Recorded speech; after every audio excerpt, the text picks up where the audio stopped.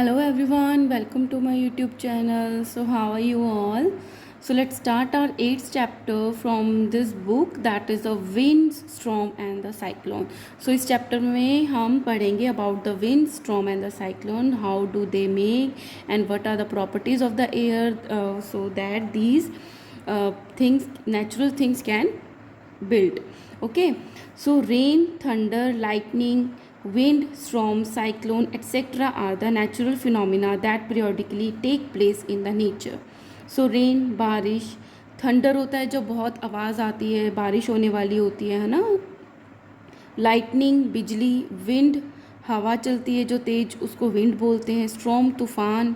Cyclone, cyclone होते हैं जो हवा से विंड चलती है बहुत स्ट्रॉन्ग, ऐसे राउंड राउंड सा नहीं बन जाता ट्रायंगल शेप का ऊपर से नीचे अर्थ की तरफ, उसको साइक्लोन्स बोलते हैं. Etcetera are the natural phenomena. ये एक नेचुरल फिनोमिनाज है सारे के सारे, that periodically take place in the nature, जो नेचर में पीरियोडिकली कभी ना कभी चलते रहते हैं. So before this first we should understand the properties of the air. तो ये सब एयर की चीज़ें हैं. तो सबसे पहले हमें एयर की प्रॉपर्टी समझनी पड़ेगी. इनको समझने के से पहले कि एयर में क्या प्रॉपर्टीज़ होती हैं कि ये सब बनती हैं, due to which this phenomena take place. Okay, now air around us. आपको पता है आपके चारों तरफ क्या है, एयर प्रेजेंट है. और अर्थ के चारों तरफ एयर प्रेजेंट है, जो कि उसको हम क्या बोल देते हैं, atmosphere, right. So we live on the earth and there is a lot of air around us. हम अर्थ पे रहते हैं और हमारे चारों तरफ क्या है, बहुत सारी एयर है. Air is a mixture of colourless, odourless and the tasteless gases. अब एयर किसका मिक्सचर है, बहुत सारी कलरलेस जिसका कोई कलर नहीं है, ऑर्डरलेस जिसकी कोई स्मेल नहीं है, द टेस्टलेस जिसका कोई टेस्ट नहीं है, उन गैसेस का मिक्सचर है. The layer of air surrounding the earth is called atmosphere. तो अर्थ के चारों तरफ जो एयर सराउंड करती है उस लेयर को हम बोल देते हैं atmosphere. And air exerts pressure on the earth equal to the weight of the air acting on per unit area. अब जो एयर चारों तरफ अर्थ के प्रेजेंट है वो क्या है, करती है, प्रेशर एक्सर्ट करती है, प्रेशर डालती है अर्थ पे, equal to the weight of the air. उतना प्रेशर डालती है जितना कि उसका वजन होता है. Acting on per unit area. अगर पर यूनिट एरिया की बात करते हैं, उसमें जितनी एयर आती है, जितना वो प्रेशर एक्सर्ट करती है, उसको हम बोल देते हैं कि एयर जो है इतना प्रेशर, एटमॉस्फेरिक प्रेशर एक्सर्ट करती है. And the definition is the pressure exerted by the air present in the atmosphere is called atmosphere pressure. So air जो प्रेजेंट है एटमॉस्फेयर में, वो जितना प्रेशर एक्सर्ट करती है उसको बोल देते हैं atmospheric pressure. The two important properties of air are as follows. अब टू इम्पॉर्टेंट प्रॉपर्टीज़ के बारे में हम स्टडी करेंगे जो एयर की होती हैं. Number 1, air exerts pressure. एक प्रॉपर्टी क्या है एयर की, कि वो प्रेशर एक्सर्ट करती है. Number 2, air expands on heating. कि जब हम एयर को हीट देते हैं, गर्माई देते हैं, तो वो एक्सपैंड करती है, मतलब फैलती है. एंड बिकम्स लाइटर, और हल्की हो जाती है, हल्की होकर वो ऊपर की तरफ जाती है. एंड कॉन्ट्रैक्ट्स ऑन कूलिंग, और जैसी वो ठंडी होती है तो अगेन वो कॉन्ट्रैक्ट हो जाती है, सिकुड़ जाती है. और ये आपने पिछले चैप्टर्स में पढ़ा है. Number 1, that air exerts pressure. इसके बारे में पढ़ देंगे कि जो एयर है वो प्रेशर एक्सर्ट करती है. You know that air exerts pressure due to its own weight. अब हमें इतना तो समझ आ गया कि एयर प्रेशर एक्सर्ट क्यों करती है, क्योंकि उसका अपना एक वेट होता है. Air exert pressure in different ways in different situations. अब जो एयर है वो प्रेशर भी डिफरेंट वेज में क्रिएट करती है अकॉर्डिंग टू द सिचुएशंस. सब examples to show that air exert pressure are as follows. First example क्या है, it is easier to ride a bicycle in the direction of the wind. तो इसमें क्या कहा है कि अगर bicycle, this is a bicycle, अगर बाईसाइकिल आप इस डायरेक्शन में चला रहे हो और जो एयर है वो भी इस डायरेक्शन में फ़्लो कर रही है, तो ये आपके लिए इजी हो जाता है साइकिल चलाना, क्योंकि एयर क्या है, प्रेशर एक्सर्ट कर रही है. तो आपको पीछे से कोई धक्का मारता है तो आपको इजीली चल पाते हो ना. सिमिलरली बाईसाइकिल को भी एयर क्या है, प्रेशर, फोर्स एक्सर्ट कर रही है, तो आपके लिए ईजी हो जाता है. और अगर आप बाईसाइकिल इस डायरेक्शन में चला रहे हो और एयर की फ़्लो इस डायरेक्शन में है, तो ये ऑपोजिट डायरेक्शन हो गया. तो आपको एयर के फोर्स के अगेंस्ट साइकिल चलाना है, तो आपके लिए साइकिल जो होता है थोड़ा मुश्किल हो जाता है चलाना.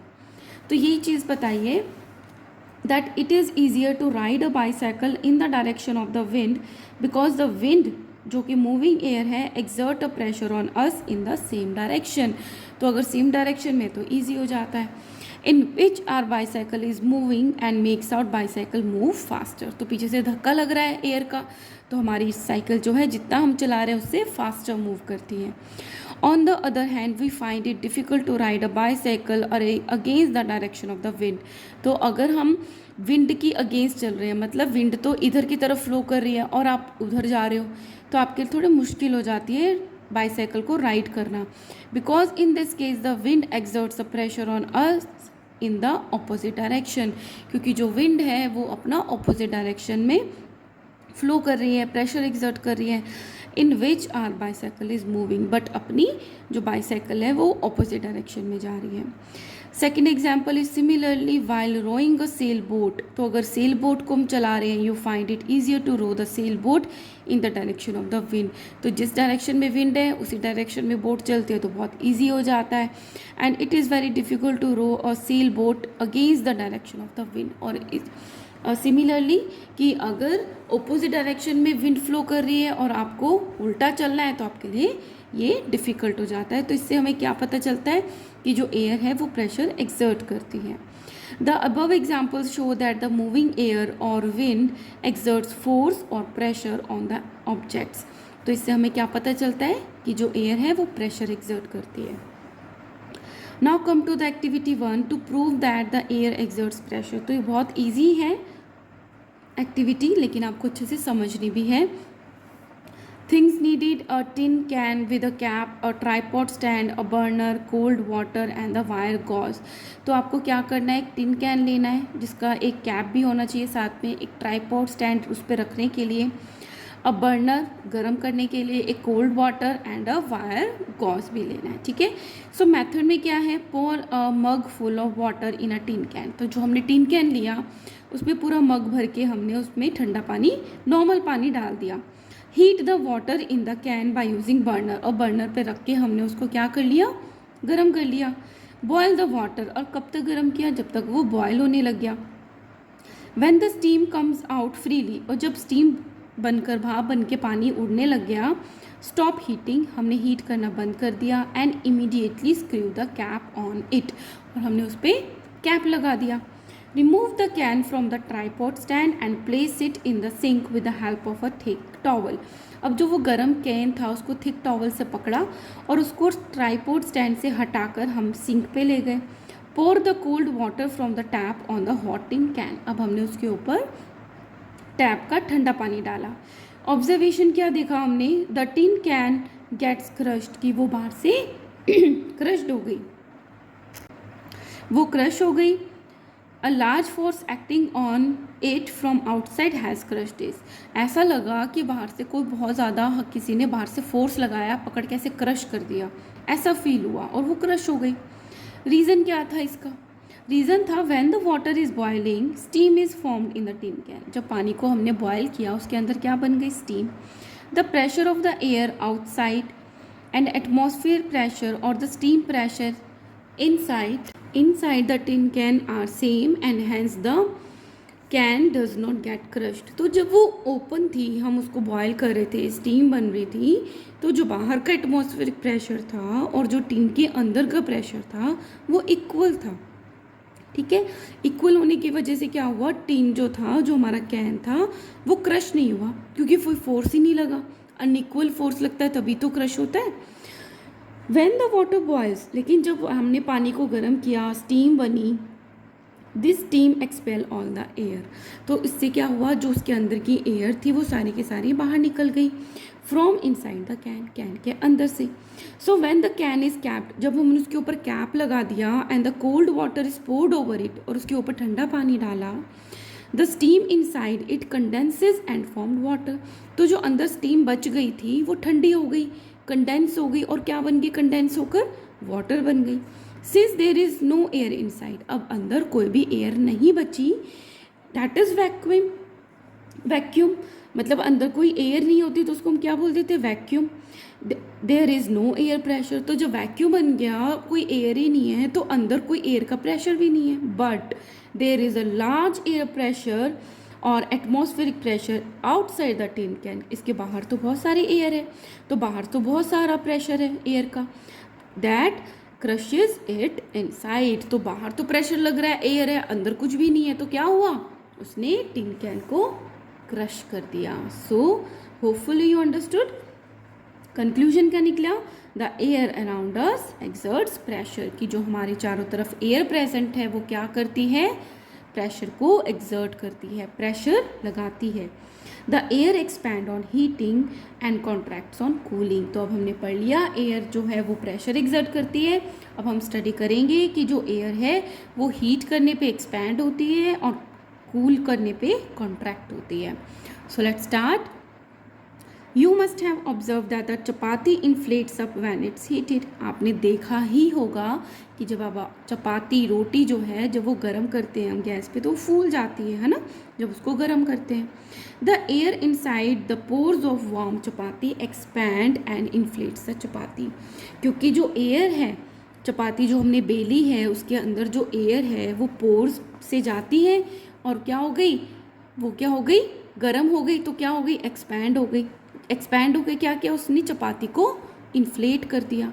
When this air inside the chapati expand too much, अब अगर इसके अंदर जो एयर है गर्म होकर बहुत ज़्यादा एक्सपैंड हो गई, द चपाती बर्स्ट, चपाती फट जाती है। This is because the air is heated, its volume increases, क्योंकि जब हमने एयर को गर्म किया उसकी वॉल्यूम बढ़ गई। And it occupies a bigger space, और उसको जगह तो चाहिए एक्सपैंड होने के लिए। सो वी से एयर एक्सपैंड ऑन हीटिंग, तो हम क्या कह देते हैं कि जो एयर है वो हीट करने पे एक्सपैंड होती है।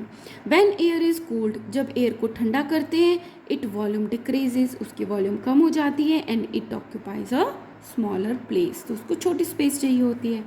वी से एयर कॉन्ट्रैक्ट्स ऑन कूलिंग, तो हम कह सकते हैं कि जो एयर है वो कॉन्ट्रैक्ट होती है कूलिंग से।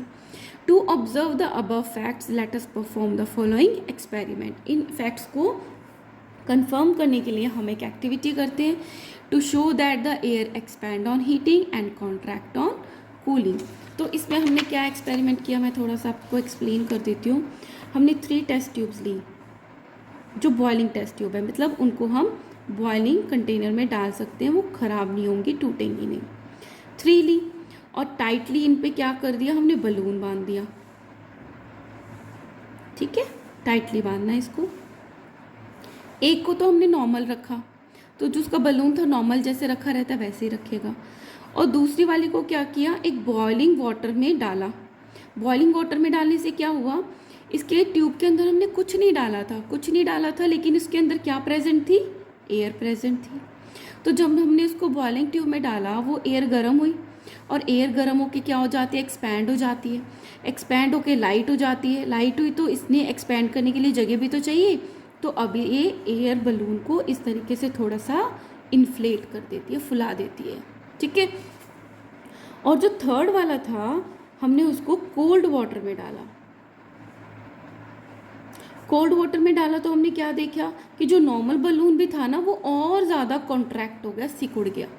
सिकुड़ा क्यों, क्योंकि उसके अंदर की जो एयर थी वो कॉन्ट्रैक्ट हो गई ठंडे होने पे। ठीक है, तो ये है एक्टिविटी जिससे हमें ये पता चलता है कि एयर जो है वो गर्म होने पे एक्सपैंड होती है और ठंडे होने पे कॉन्ट्रैक्ट होती है। अब आपको इजीली समझ आ जाएगा। So to show that the air expand on heating and contracts on cooling, तो things needed a boiling tube and uninflated, फूला हुआ नहीं था, अनइन्फ्लेटेड बलून था, 2 बीकर्स, हॉट वाटर और स्टिकिंग टेप बलून को टाइटली बांधने के लिए, and ice cold water. So method, take an empty boiling tube, it contains air though you cannot see the air. एक एम्प्टी बॉइलिंग ट्यूब ली जिसमें air present है, आपको नहीं दिखाई दे रही बट वो प्रेजेंट है। Stretch the mouth of an uninflated balloon and fit it tightly over the neck of the boiling tube. तो उसको स्ट्रेच करने के हमने बॉइलिंग ट्यूब पे डाल दिया, with the help of a sticking tape से हमने उसको टेप कर दिया।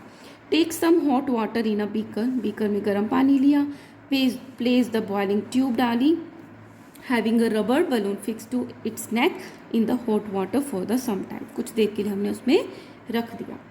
Take some ice cold water in the another beaker and place the tube with the balloon for 2-3 minutes. Again हमने एक आइस कोल्ड वाटर लिया जिसमें हमने बॉइलिंग ट्यूब रखी और सिमिलरली उस पर बलून लगा हुआ था और 2-3 मिनट के लिए रख दी. ऑब्जर्वेशन एंड डिस्कशन क्या निकला? When you put a boiling tube with a balloon fixed to its neck in the hot water, the balloon gets inflated. वो inflate हो गया जब आपने गर्म पानी में रखा. This is because the air present in the boiling tube gets heated. क्योंकि उसके अंदर की जो air थी वो heated होगी and expand और फैल गई and its volume increases. When you put the boiling tube with the inflated balloon fixed to its neck in the icy cold water, you see that the balloon gets deflated. तो आपने क्या देखा कि जब आपने कोल्ड वाटर में रखा तो बलून deflate हो गया.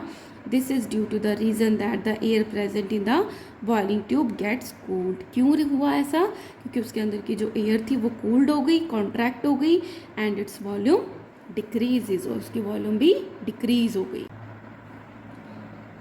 राइट तो ये 3 बीकर्स हैं जिसमें एक्सपेरिमेंट शो किया गया है. होपफुली आपको अच्छे से दिख रहा होगा, समझ भी आ रहा होगा जो हमने रीड किया है.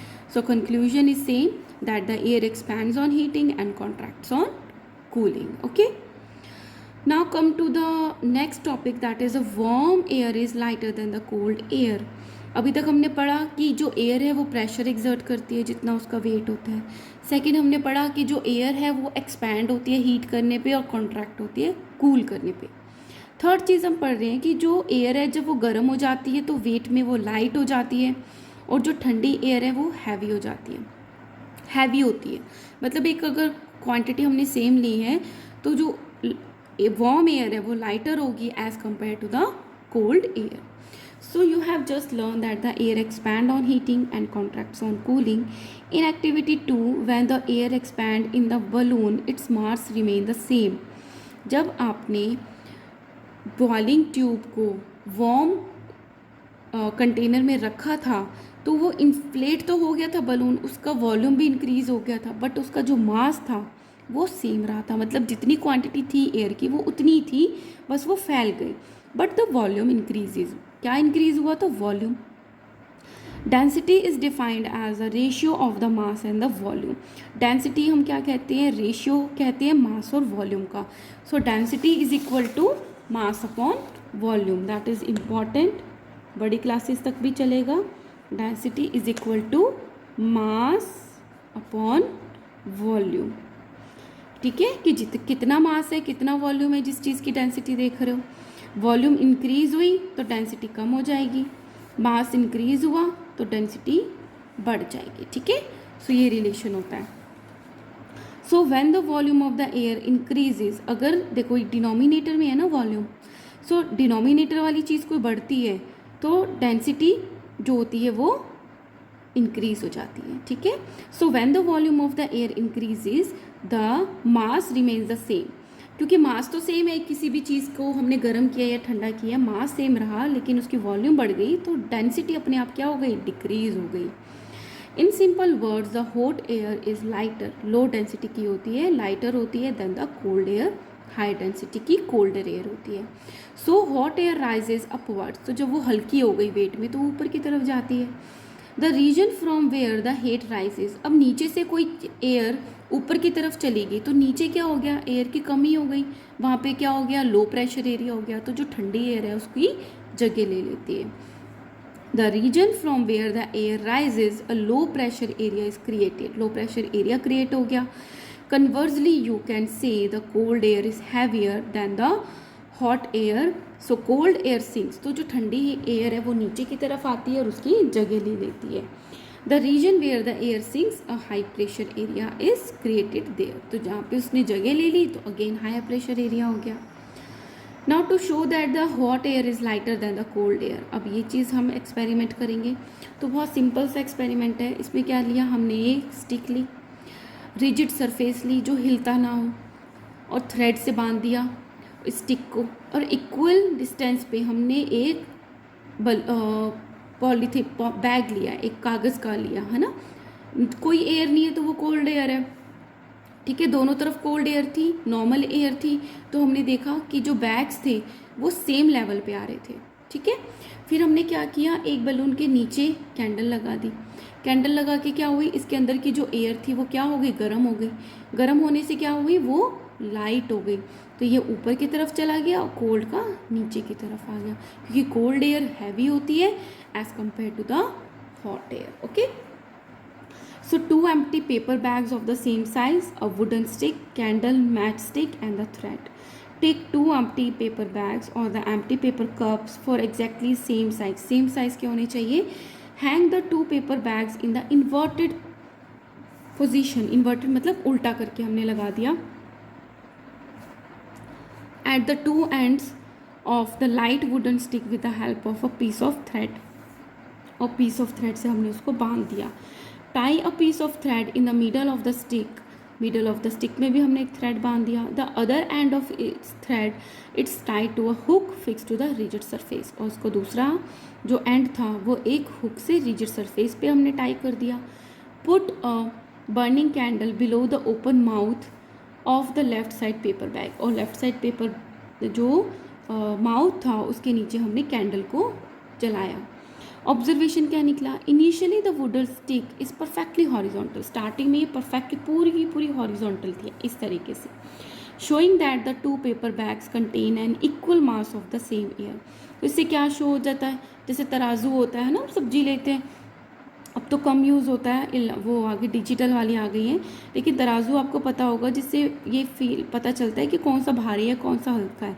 तो जब ये बिल्कुल हॉरिजॉन्टल होता है तो इससे हमें पता चलता है दोनों का जो वेट है वो सेम है, इक्वल मास है दोनों के अंदर एयर का. When a burning candle is placed below the left side of paper bag, you see that after some time the left side of the wooden stick goes up. तो जब हमने एक तरफ कैंडल जलाई तो थोड़े टाइम बाद हम देखेंगे कि स्टिक जो है वो ऊपर की तरफ चली गई जहाँ पे हमने कैंडल जलाई थी. This is because the air above the candle become flame gets heated, क्योंकि उसकी एयर गर्म हुई. The hot air being lighter, जो गर्म एयर थी वो हल्की हो गई, राइजेज अप, ऊपर की तरफ गई, and फिल्स the left side of paper bag after displacing the heavier cold air from it. तो जो एयर थी गर्म होकर ऊपर गई और ठंडी एयर जो थी उसने उसको बाहर निकाले, क्योंकि ठंडी एयर हैवी होकर सिंक हो जाती है. Therefore the left end of the wooden stick become lighter and moves up. तो ये जो थी एयर वो लाइट हो गई और ये जो स्टिक है वो भी ऊपर की तरफ चली गई. So conclusion that the hot air is lighter than the cold air. So this is a conclusion. When you burn a heap of dry leaves, grasses and the paper and smoke rises upwards. जब हम बहुत कोई ढेरी है सूखे पत्तों की, grasses की और पेपर की, तो जो उसका धुआं है वो ऊपर की तरफ जाता है ना. तो smoke is always accompanied by hot air. Smoke के साथ जो धुआं है उसके साथ हमेशा क्या होती है, गर्म हवा होती है. द हॉट एयर, क्योंकि चारों तरफ भी तो गर्म हो गया ना, हम उसको जला रहे हैं तो एयर भी चारों तरफ की गर्म हो गई. The hot air being lighter rises up, क्योंकि जो हॉट एयर है वो ऊपर की तरफ जाती है तो स्मोक भी जाता है. Therefore smoke contained in the hot air always rises up. इसलिए स्मोक भी हॉट एयर के साथ ऊपर की तरफ राइज करता है. Similarly you must have seen in the hot air balloon rises up in the air. और आपने ये भी देखा होगा, अगर जो बलून्स हैं उसमें गर्म हवा भरी है तो भी वो ऊपर की तरफ जाते हैं. This is due to the reason that the hot air filled in them is lighter. क्यों, क्योंकि जो हॉट एयर उसके अंदर भरी हुई है वो हल्की होती है एंड लेस डेंस, और वो उसकी डेंसिटी भी कम होती है क्योंकि वॉल्यूम बढ़ जाती है. Than the surrounding cold air, क्योंकि चारों तरफ की जो एयर है वो तो कोल्ड है as compare to the hot balloon, है ना. सो वो ऊपर की तरफ जाता है. Now come to the MCQs. First is it is dash to ride a bicycle in the direction of a wind. मतलब जिस डायरेक्शन में विंड है उसी डायरेक्शन में आप बाइसाइकिल चला रहे हो तो it will be easy. Air expand on dash. Air कब एक्सपैंड होती है, कूलिंग से नहीं, वो तो कॉन्ट्रैक्ट होती है, हीटिंग से होती है. Air exert dash on the kite to fly higher. Air क्या एक्सर्ट करती है, प्रेशर एक्सर्ट करती है ना, on the kite to fly higher, ऊपर की तरफ जाने के लिए. Compare to the cold air hot air is lower. तो कोल्ड एयर के कंपैरिजन में जो हॉट एयर होती है उसकी डेंसिटी क्या होती है, लो होती है. Smoke contained in the warm air always, किस कहाँ जाती है स्मोक, अभी हमने पढ़ा rises up. So here I am finishing this video. In the next video we will start from the high speed winds are accompanied by reduced air pressure. यहाँ से start करेंगे. Students, if you like my videos, please like, share and subscribe. Thank you so much.